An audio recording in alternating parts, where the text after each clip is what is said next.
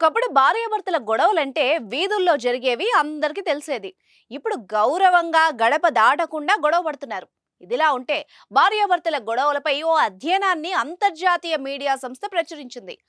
అందులో మనం విస్తుపోయే నిజాలు బయటపడ్డాయి. మన దేశంలో భార్యల చేతుల్లో చావు దెబ్బలు తింటున్న భర్తలు తెలంగాణలోనే ఎక్కువగా ఉన్నారని తేల్చింది. బయో సోషల్ స్టడీస్ అనే రీసెర్చ్ సంస్థ తాజా అధ్యయనంలో ఈ విషయాన్ని వెల్లడించింది. Avira Women's Day special offer 50% off on IUI IVF valid till 8th March.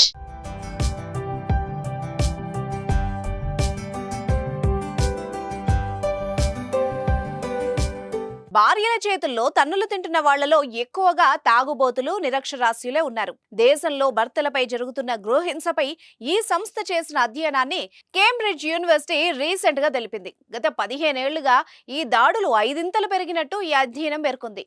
ప్రతి 1000 మంది మహిళల్లో 36 మంది భర్తల్ని కొడుతున్నట్టు తెలిపింది. 2006లో మాత్రం ఈ సంఖ్య 7గా ఉంది. మన దేశంలో మహిళలకు మాత్రమే రక్షణ చట్టాలు ఉండడం ఒక కారణమని ఈ అధ్యయనం పేర్కొంది.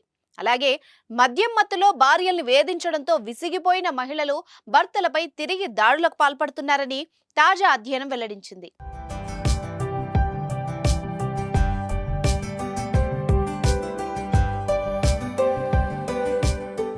వివిధ కారణాలతో మహిళలు తమ భర్తలపై భౌతిక దాడులకు పాల్పడుతున్నారు.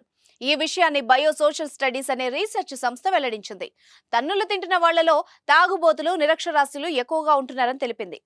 ఇండియన్ హస్బెండ్స్ పై జరుగుతున్న డొమెస్టిక్ వైలెన్స్ పై ఈ సంస్థ చేసిన రీసెర్చ్ ను కేంబ్రిడ్జ్ యూనివర్సిటీ పబ్లిష్ చేసింది.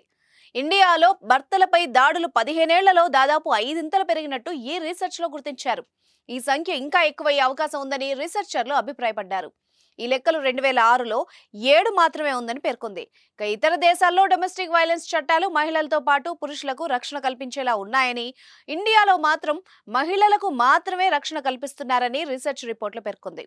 ఈ చట్టాల్లో మార్పు తేవాల్సిన అవసరం ఉందని లా మేకర్స్ ఆ దిశగా ఆలోచించాలని స్టడీస్ సూచించింది.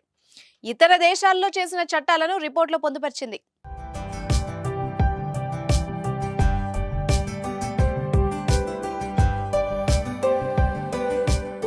తెలంగాణలో భర్తలపై భార్యల దాడులు పెరుగుతున్నాయి. ఇందుకు ప్రధానంగా మగాళ్లు తాగుడికి బానిసలై భార్యల్ని వేధించడమే ముఖ్య కారణంగా కనిపిస్తోంది. 10 ఏళ్లలో రాష్ట్రంలో లిక్కర్ అమ్మకాలు భారీ సంఖ్యలో పెరిగాయి. ప్రభుత్వమే ప్రతి ఊర్లో వైన్ షాపులు, ప్రతి గల్లీలో బెల్ట్ షాపులు పెట్టించి లిక్కర్ అమ్మకాలను ప్రోత్సహించింది. ఎక్సైజ్ ఆఫీసర్లకు, సిబ్బందికి టార్గెట్లు పెట్టి మరీ అమ్మకాలు పెరిగేలా చర్యలు తీసుకుంది. ఎన్నికలు ఉన్నా లేకపోయినా రాజకీయ నాయకులు జనాలకు మందు తాగించే సంస్కృతి ఎక్కువైంది. ఇలా రకరకాల కారణాలతో జనాలు తాగుడికి బానిసలయ్యారు.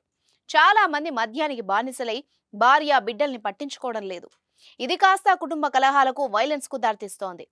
రాష్ట్రంలో ప్రతిరోజు ఏదో ఒక చోట తాగొచ్చి వేధిస్తున్న వ్యక్తులు హత్యకు గురవుతున్నారు. భార్య, కన్నబిడ్డలు, తల్లిదండ్రులే తాగుబోతుల్ని హతమారుస్తున్న ఘటనలు బోలెడు జరుగుతున్నాయి. ఈ క్రమంలో జనాలతో తాగుడు అలవాటు మాన్పించే డీ అడిక్షన్ సెంటర్లు పెట్టాలని డాక్టర్స్ కొత్త ప్రభుత్వానికి సూచిస్తున్నారు.